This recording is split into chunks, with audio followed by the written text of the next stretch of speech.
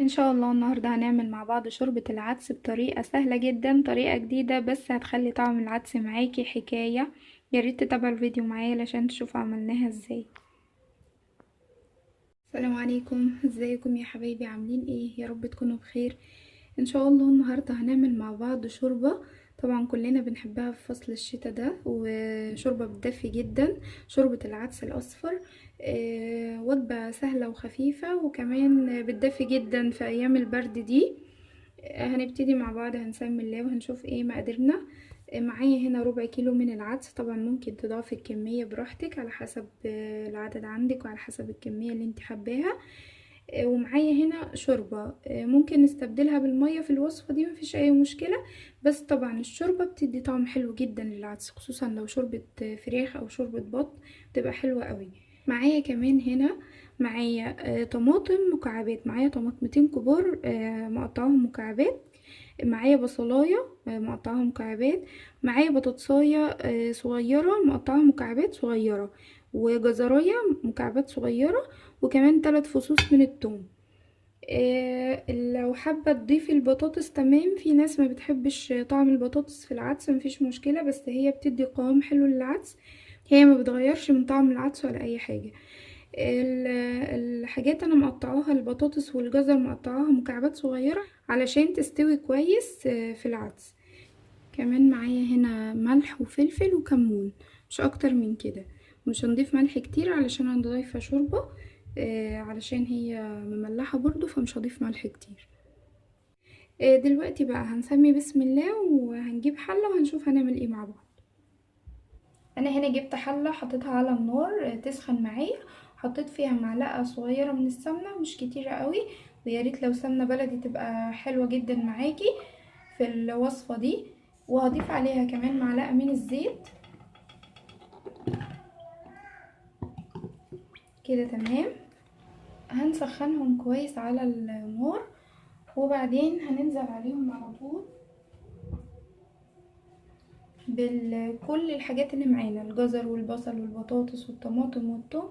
هنشوحهم كده تشويحة.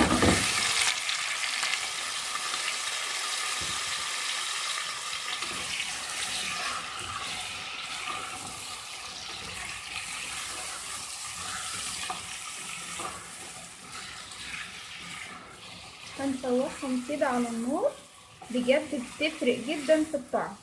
جربي الطريقة دي، انا كنت بعمله المسلوق على طول، بس بجد الطريقة دي بتفرق جدا في طعم العدس معاكي.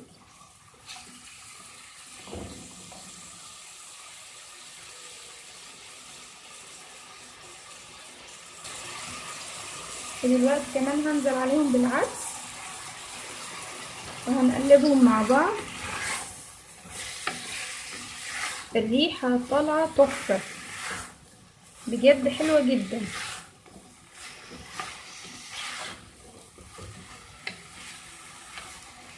هنشوحهم كده لمدة دقيقتين ولا حاجة مع بعض.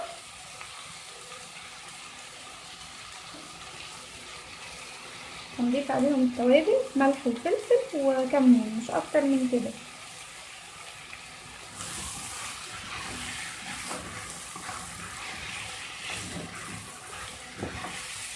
كده تمام. هننزل بالشوربة على طول.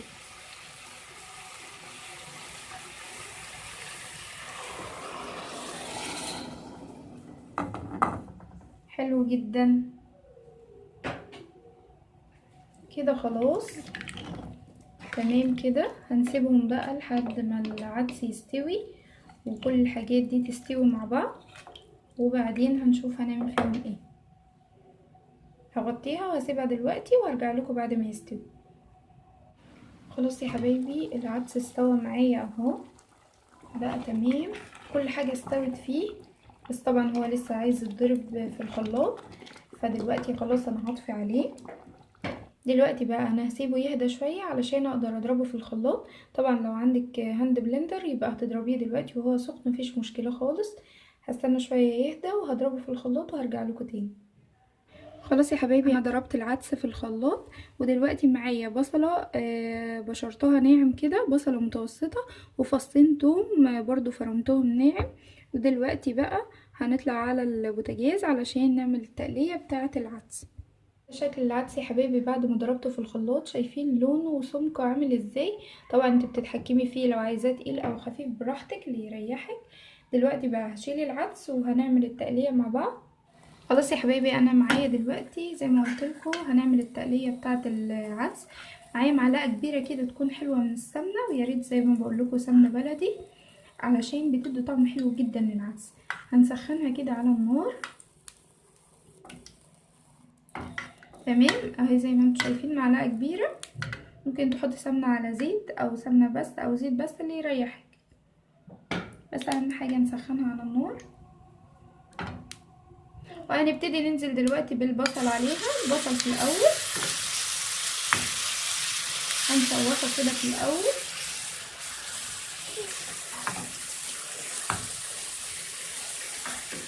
هنشوحه لحد ما ياخد اللون الذهبي.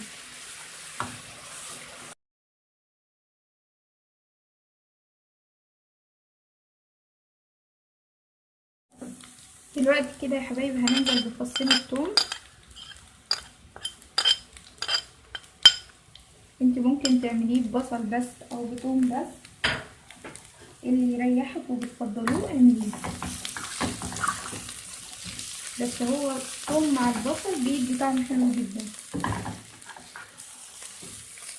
في ناس بتفضل الثوم بس وفي ناس بتحب البصل بس، فاللي يريحك. الثوم بيدي ريحة حلوة جدا.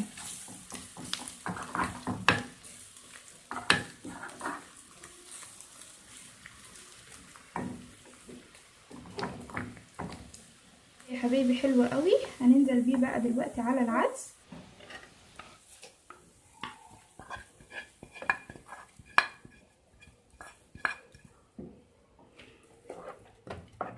بالشكل ده كده. وبرده هنضيف معلقتين كده من العدس، ناخد بيهم باقي التقلية دي.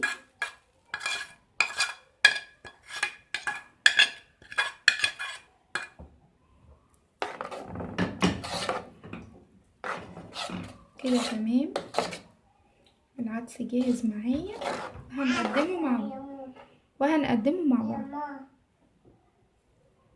يا حبايبي العدس جاهز معايا اهو، زي ما انتم شايفين. حاجة ما شاء الله عليه تحفة بجد. الطريقة دي حلوة جدا، مخليه طعم العدس حكاية بجد. يعني جربوه بالطريقة دي.